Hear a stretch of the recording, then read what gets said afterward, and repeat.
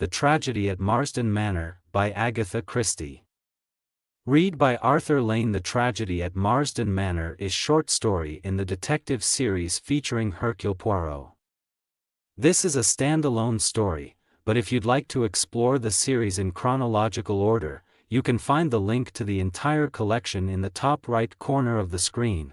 I had been called away from town for a few days, and on my return found Poirot in the act of strapping up his small valise. "A la bonne heure, Hastings. I feared you would not have returned in time to accompany me. You are called away on a case, then?" "Yes, though I am bound to admit that, on the face of it, the affair does not seem promising.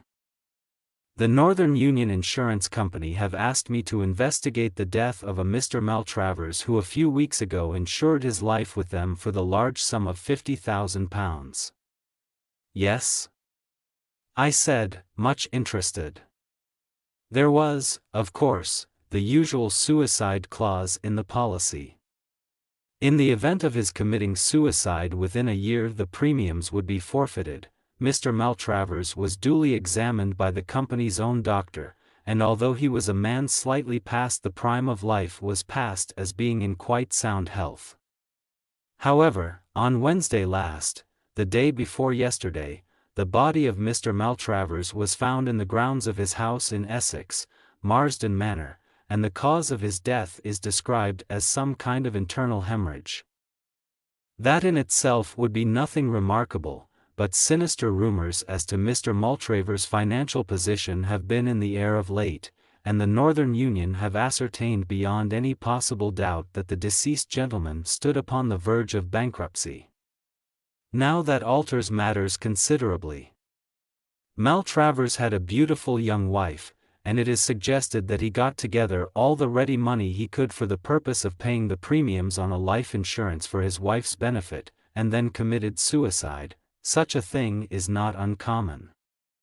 In any case, my friend Alfred Wright, who is a director of the Northern Union, has asked me to investigate the facts of the case, but, as I told him, I am not very hopeful of success. If the cause of the death had been heart failure, should have been more sanguine. Heart failure may always be translated as the inability of the local GP to discover what his patient really did die of, but a hemorrhage seems fairly definite. Still, we can but make some necessary inquiries. 5 minutes to pack your bag, Hastings, and we will take a taxi to Liverpool Street. About an hour later, we alighted from a Great Eastern train at the little station of Marsdon Lee. Inquiries at the station yielded the information that Marsdon Manor was about a mile distant. Poirot decided to walk, and we betook ourselves along the main street. "What is our plan of campaign?" I asked. "First I will call upon the doctor. I have ascertained that there is only one doctor in Marsdon Lee, Dr. Ralph Bernard. Here we are at his house." The house in question was a kind of superior cottage, standing back a little from the road. A brass plate on the gate bore the doctor's name. We passed up the path and rang the bell. We proved to be fortunate in our call. It was the doctor's consulting hour, and for the moment there were no patients waiting for him. Dr. Bernard was an elderly man, high-shouldered and stooping, with a pleasant vagueness of manner. Poirot introduced himself and explained the purpose of our visit, adding that insurance companies were bound to investigate fully in a case of this kind. Of course," said Dr. Bernard vaguely. "I suppose, as he was such a rich man, his life was insured for a big sum?" "You consider him a rich man, doctor?" The doctor looked rather surprised, was he not? "He kept 2 cars, you know, and Marsdon Manor is a pretty big place to keep up, although I believe he bought it very cheap." "I understand that he had had considerable losses of late," said Poirot, watching the doctor narrowly. The latter, however, merely shook his head sadly. "Is that so?" "Indeed, it is fortunate for his wife, then, that there is this life insurance. A very beautiful and charming young creature, but terribly unstrung by this sad catastrophe. A mass of nerves. Poor thing. I have tried to spare her all I can, but of course the shock was bound to be considerable. You had been attending Mr. Maltravers recently? My dear sir, I never attended him. What? I understand Mr. Maltravers was a Christian Scientist, or something of that kind. But you examined the body? Certainly. I was fetched by one of the under-gardeners. And the cause of death was clear? Absolutely. There was blood on the lips, but most of the bleeding must have been internal. Was he still lying where he had been found? Yes, the body had not been touched. He was lying at the edge of a small plantation. He had evidently been out shooting rooks. A small rook rifle lay beside him. The hemorrhage must have occurred quite suddenly. Gastric ulcer, without a doubt. No question of his having been shot, eh? My dear sir. I demand pardon, said Poirot humbly, but, if my memory is not at fault, in the case of a recent murder, the doctor first gave a verdict of heart failure, altering it when the local constable pointed out that there was a bullet wound through the head. You will not find any bullet wounds on the body of Mr. Maltravers, said Dr. Bernard dryly. Now, gentlemen, if there is nothing further, we took the hint. Good morning, and many thanks to you, Doctor, for so kindly answering our questions. By the way, you saw no need for an autopsy? Certainly not. The doctor became quite apoplectic. The cause of death was clear, and in my profession we see no need to distress unduly the relatives of a dead patient, and, turning, the doctor slammed the door sharply in our faces. And what do you think of Dr. Bernard Hastings? Inquired Poirot, as we proceeded on our way to the manor. Rather an old ass. Exactly. Your judgments of character are always profound, my friend. I glanced at him uneasily, but he seemed perfectly serious. A twinkle, however, came into his eye, and he added slyly, that is to say, when there is no question of a beautiful woman. I looked at him coldly. On our arrival at the manor house, the door was opened to us by a middle-aged parlour-maid. Poirot handed her his card, and a letter from the insurance company for Mrs. Maltravers. She showed us into a small morning room, and retired to tell her mistress. About 10 minutes elapsed, and then the door opened, and a slender figure in widow's weeds stood upon the threshold. Monsieur Poirot? She faltered. Madame. Poirot sprang gallantly to his feet and hastened towards her. I cannot tell you how I regret to derange you in this way, but what will you? Less affairs, they know no mercy. Mrs. Maltravers permitted him to lead her to a chair. Her eyes were red with weeping, but the temporary disfigurement could not conceal her extraordinary beauty. She was about 27 or 8. And very fair, with large blue eyes and a pretty pouting mouth. It is something about my husband's insurance, is it? But must I be bothered now, so soon? Courage, my dear madam. Courage. You see, your late husband insured his life for rather a large sum, and in such a case the company always has to satisfy itself as to a few details. They have empowered me to act for them. You can rest assured that I will do all in my power to render the matter not too unpleasant for you. Will you recount to me briefly the sad events of Wednesday? I was changing for tea when my maid came up. One of the gardeners had just run to the house. He had found, her voice trailed away. Poirot pressed her hand sympathetically. I comprehend. Enough. You had seen your husband earlier in the afternoon? Not since lunch. I had walked down to the village for some stamps, and I believe he was out pottering round the grounds. Shooting rooks, eh? Yes, he usually took his little rook rifle with him, and I heard 1 or 2 shots in the distance. Where is this little rook rifle now?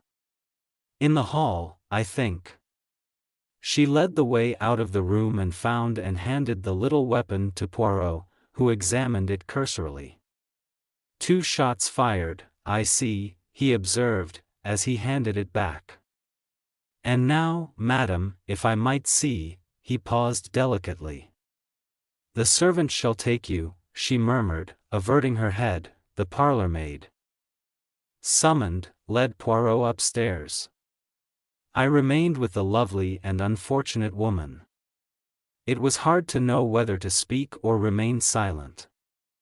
I essayed 1 or 2 general reflections to which she responded absently, and in a very few minutes Poirot rejoined us. I thank you for all your courtesy, madam. I do not think you need be troubled any further with this matter. By the way, do you know anything of your husband's financial position? She shook her head. Nothing whatever. I am very stupid over business things. I see. Then you can give us no clue as to why he suddenly decided to insure his life? He had not done so previously, I understand. Well, we had only been married a little over a year. But, as to why he insured his life, it was because he had absolutely made up his mind that he would not live long. He had a strong premonition of his own death. I gather that he had had 1 hemorrhage already, and that he knew that another one would prove fatal. I tried to dispel these gloomy fears of his, but without avail. Alas, he was only too right. Tears in her eyes, she bade us a dignified farewell. Poirot made a characteristic gesture as we walked down the drive together. Eh bien, that is that. Back to London, my friend. There appears to be no mouse in this mouse hole, and yet what? A slight discrepancy, that is all. You noticed it? You did not? Still, life is full of discrepancies. And assuredly the man cannot have taken his own life. There is no poison that would fill his mouth with blood. No, I must resign myself to the fact that all here is clear and above board. But who is this? A tall young man was striding up the drive towards us. He passed us without making any sign, but I noted that he was not ill-looking, with a lean, deeply bronzed face that spoke of life in a tropic clime. A gardener who was sweeping up leaves had paused for a minute in his task, and Poirot ran quickly up to him. Tell me, I pray you, who is that gentleman? Do you know him? I don't remember his name, sir, though I did hear it. He was staying down here last week for a night. Tuesday, it was. Quick, mon ami, let us follow him. We hastened up the drive after the retreating figure. A glimpse of a black-robed figure on the terrace at the side of the house, and our quarry swerved and we after him, so that we were witnesses of the meeting. Mrs. Maltravers almost staggered where she stood, and her face blanched noticeably. You, she gasped. I thought you were on the sea, on your way to East Africa. I got some news from my lawyers that detained me, explained the young man. My old uncle in Scotland died unexpectedly and left me some money. Under the circumstances I thought it better to cancel my passage. Then I saw this bad news in the paper and I came down to see if there was anything I could do. You'll want someone to look after things for you a bit perhaps. At that moment they became aware of our presence.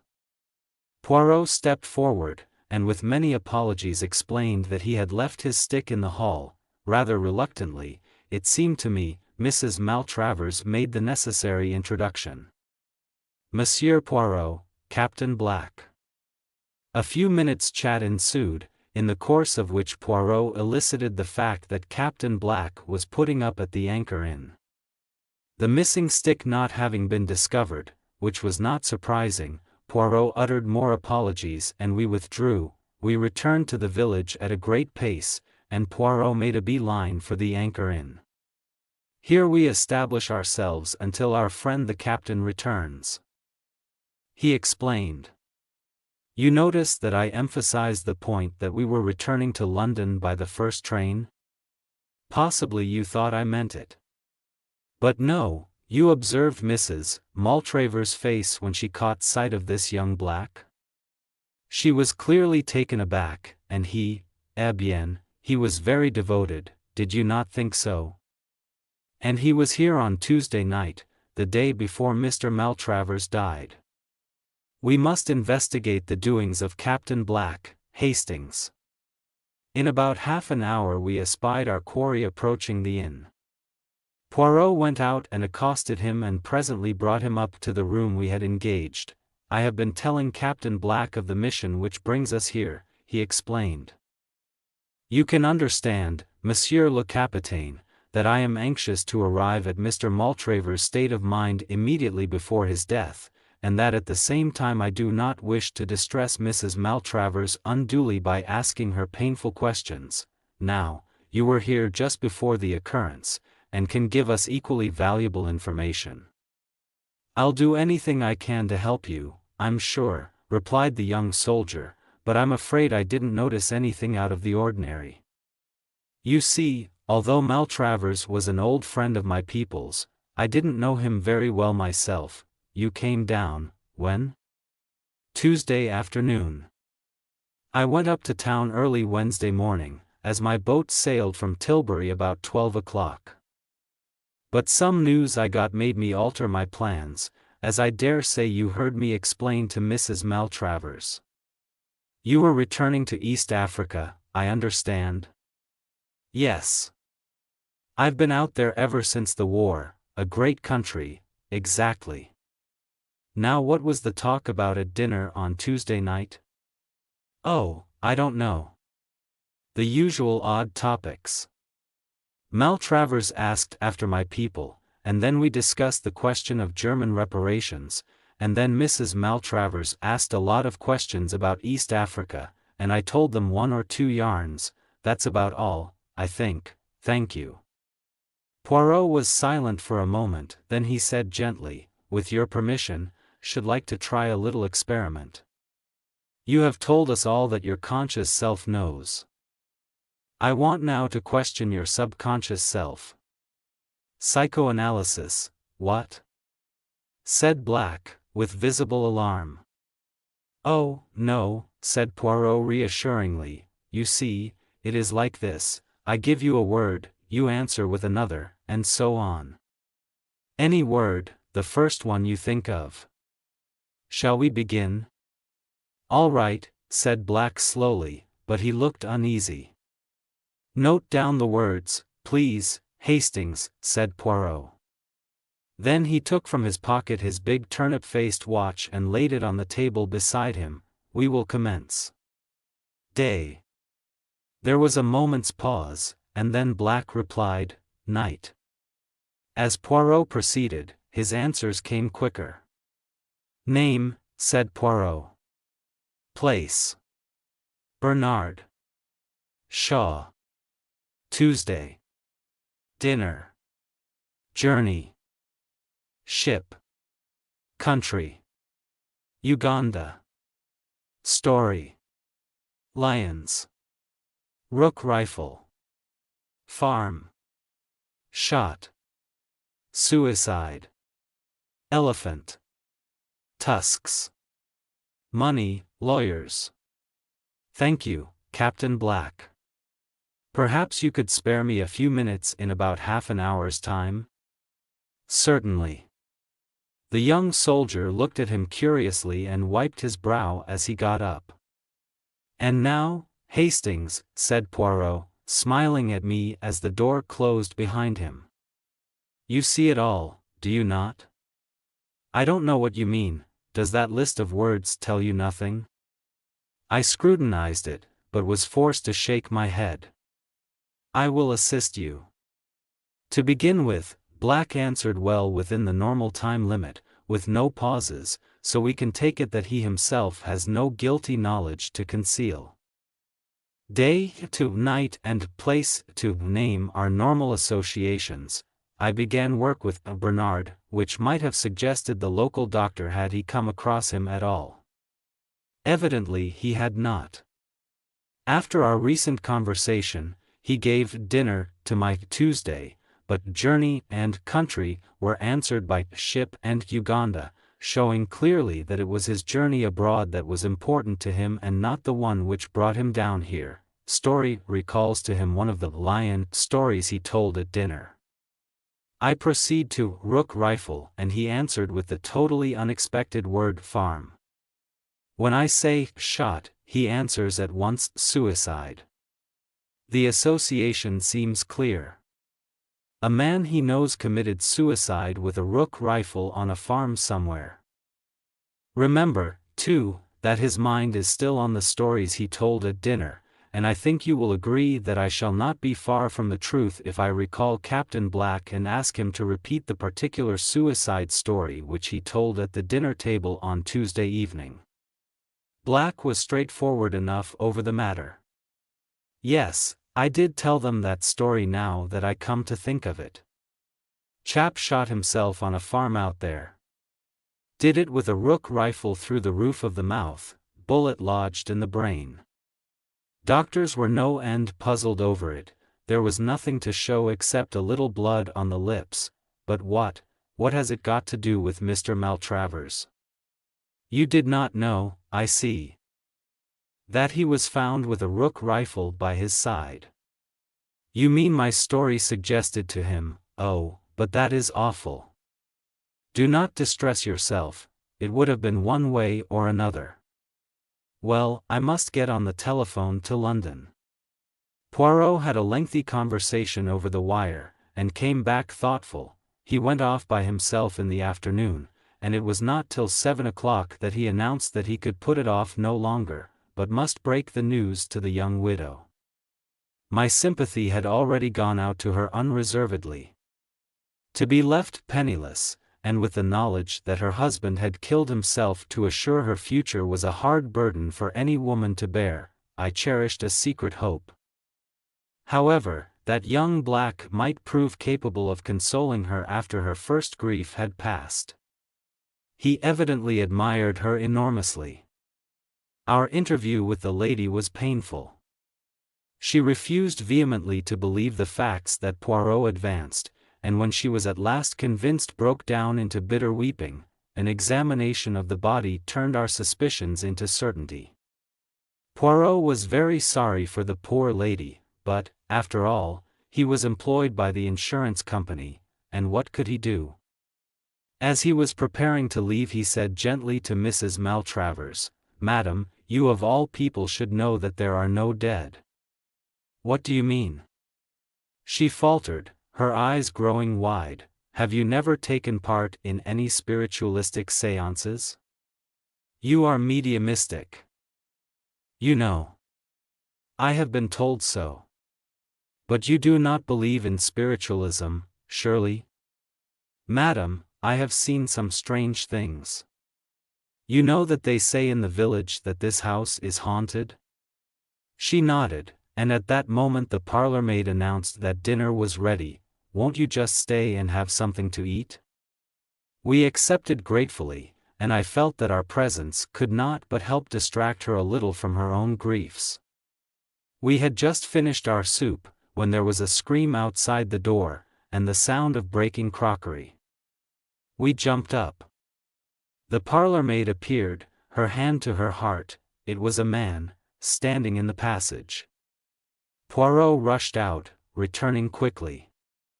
"There is no one there." "Isn't there, sir?" said the parlour-maid weakly. Oh, it did give me a start. But why? She dropped her voice to a whisper. I thought it was the master, it looked like him. I saw Mrs. Maltravers give a terrified start, and my mind flew to the old superstition that a suicide cannot rest. She thought of it too, I am sure, for a minute later, she caught Poirot's arm with a scream. "Didn't you hear that? Those 3 taps on the window? That's how he always used to tap when he passed round the house." "The ivy," I cried. It was the ivy against the pane. But a sort of terror was gaining on us all. The parlour maid was obviously unstrung, and when the meal was over Mrs. Maltravers besought Poirot not to go at once. She was clearly terrified to be left alone. We sat in the little morning room.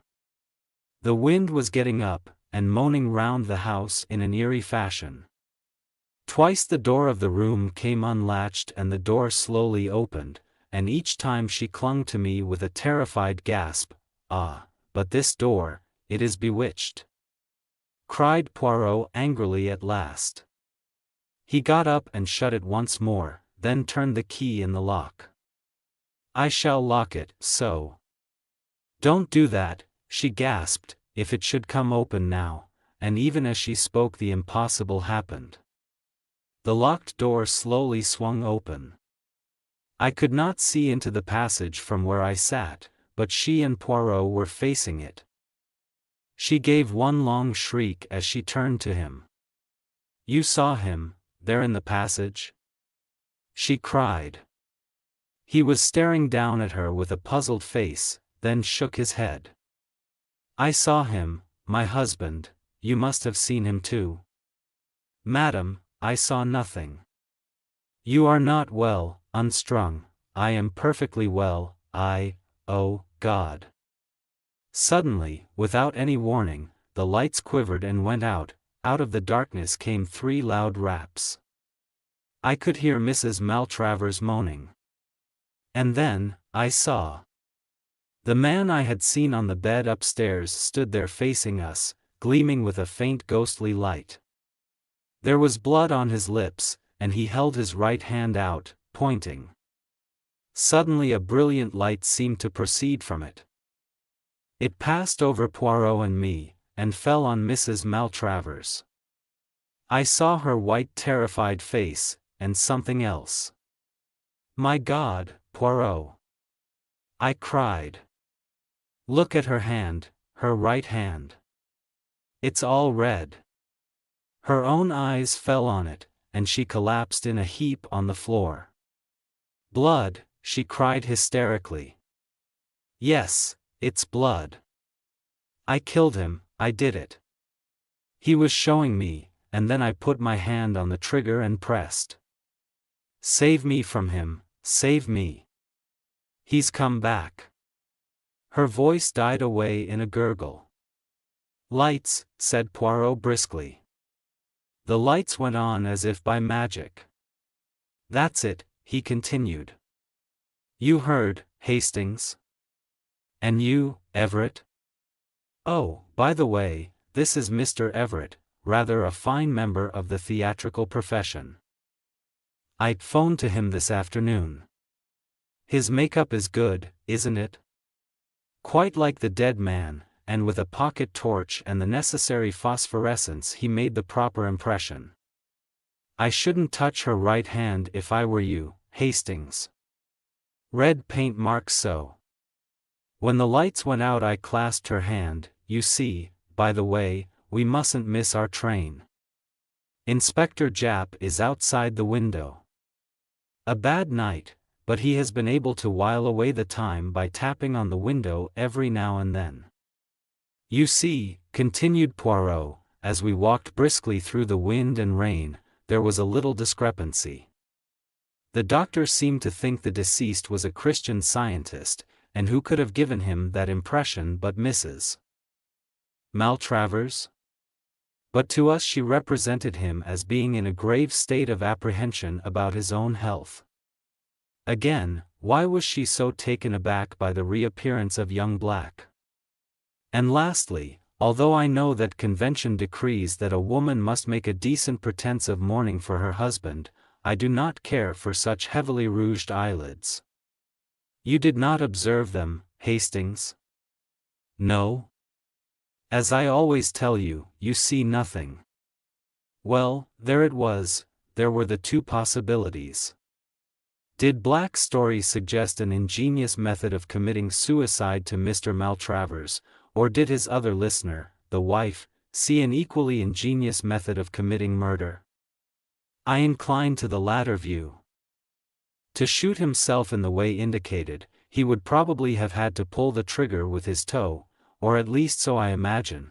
Now if Maltravers had been found with one boot off, we should almost certainly have heard of it from someone. An odd detail like that would have been remembered. No, as I say, I incline to the view that it was a case of murder, not suicide, but I realized that I had not a shadow of proof in support of my theory, hence the elaborate little comedy you saw played tonight. Even now I don't quite see all the details of the crime, I said. Let us start from the beginning. Here is a shrewd and scheming woman who, knowing of her husband's financial debacle and tired of the elderly mate she has only married for his money, induces him to insure his life for a large sum, and then seeks for the means to accomplish her purpose. An accident gives her that, the young soldier's strange story.